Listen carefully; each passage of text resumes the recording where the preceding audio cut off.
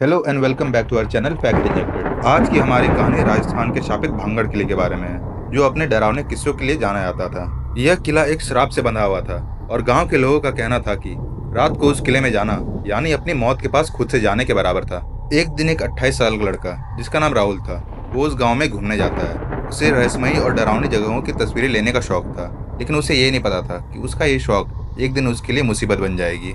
जब उसे भानगढ़ के किले के बारे में पता चला तो उसकी जिज्ञासा बढ़ गई और वो वहां जाने का फैसला करता है। लेकिन राहुल वहां सिर्फ तस्वीरें निकालने नहीं जा रहा था, वो वहां की डरावनी सच्चाई खुद से अनुभव करना चाहता था।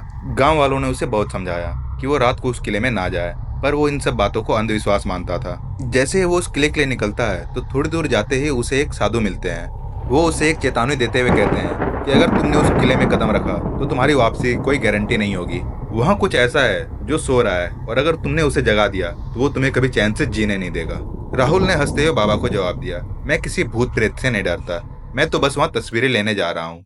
बूढ़े साधु ने एक गहरी सांस ली और धीरे से कहा, तो फिर तुमने अपने लिए अपनी मौत को चुन ही लिया है। जैसे जैसे वो किले के करीब पहुंचा, वहाँ का वातावरण अचानक से बदलने लगा। ठंडी हवाएं चलने लगी, अजीब और गरीब सी आवाजें सुनाई देने लगी। ऐसा लग रहा था जैसे कोई उसे देख रहा हो। जैसे ही उसने किले का मुख्य दरवाजा पार किया, उसे अपने नाम की धीमी फुसफुसाहट सुनाई दी। वो चौंक गया और चारों तरफ देखने लगा, लेकिन वहाँ कोई नहीं था। उसने इसे अपना भ्रम समझा और अंदर बढ़ गया। अंदर घुसते ही राहुल को एक अजीब सी घुटन महसूस होने लगी। किले की दीवारों पर अजीब सी आकृतियां बनी हुई थी। ऐसा लग रहा था जैसे किसी ने अपने नाखूनों से खरोच रखा हो। उसने अपना कैमरा निकाला और तस्वीरें लेना शुरू कर दिया। उसकी पहली तस्वीर में कुछ नहीं आया। फिर उसने दोबारा तस्वीर ली, लेकिन इस बार भी तस्वीर खाली थी। लेकिन जब तीसरी बार उसने तस्वीर ली, तस्वीर में एक धुंधली परछाई दिखाई दी जो सीढ़ियों के पास खड़ी थी। राहुल ने जैसे ही उस तस्वीर को जूम किया, उसकी रूह कांप गई। वो परछाई एक औरत की थी, जिसकी आंखें कोयले की तरह काली और चेहरा धुंधला था। तभी उसे अपने गर्दन के पास एक ठंडी हवा महसूस हुई, जैसे कोई उसके पीछे खड़ा हो। वो घबराते हुए पीछे पलटता है, लेकिन देखता है कि पीछे कोई नहीं है। डर को नजरअंदाज करते हुए उसने आगे बढ़ना शुरू किया। जैसे ही उसने ऊपरी मंजिल की सीढ़ियां चढ़ी, उसे एहसास हुआ कि कोई उसके पीछे पीछे चल रहा है। उसने तुरंत टॉर्च जला के पीछे देखा, लेकिन वहां सिर्फ खाली दीवार थी। अचानक से उसे ऊपर के कमरे में कुछ हलचल सुनाई दी। वो तुरंत ऊपर गया और धीरे से उस कमरे का दरवाजा खोला और कैमरे को अंदर घुसाया। और कैमरे की स्क्रीन पे जो दिखा, उसने उसकी आत्मा तक को हिला दिया। अंदर एक औरत सफेद साड़ी पहने जमीन पे नजरें गड़ाए बैठी थी। जैसे ही उसने कैमरे से अंदर देखा, वह औरत धीरे धीरे अपना सिर उठाने लगी। उसका चेहरा पूरी तरह काला था, बिना आंख, नाक या मुंह के। फिर अचानक से वो औरत उस कैमरे की स्क्रीन से निकलकर असली दुनिया में आने लगी। डर के मारे राहुल ने दरवाजे की तरफ भागना शुरू कर दिया। उसे अब साफ साफ उस औरत के पायल के घुंघरों की आवाज सुनाई देने लगी, जो कि उसका पीछा कर रही थी।